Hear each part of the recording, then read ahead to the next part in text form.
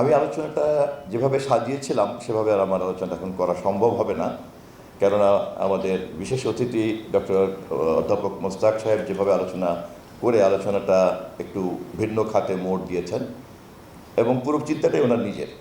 উনি যেহেতু একজন গবেষক, উনি যেহেতু একজন শিক্ষক, এবং এটা পিআইবি আমি মনে করি অপরিকল্পিতভাবে হলেও একটা চমৎকার সুযোগ পেয়েছে যে এই ধরনের একটা চিন্তাকে আমরা জানলাম, গুছিয়ে উনি যেভাবে বলেছেন এটার পক্ষে বিপক্ষে ইত্যাদি মতামত তোমাদের পরে হবে।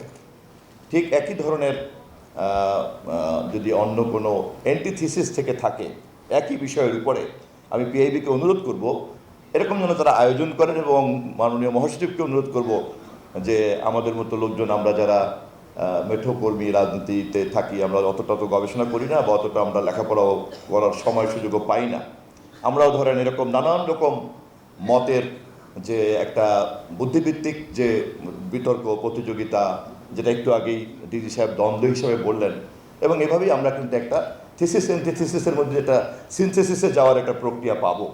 আমি অন্যান্য আলোচনাটাকে কিন্তু ওভাবেই গ্রহণ করেছি।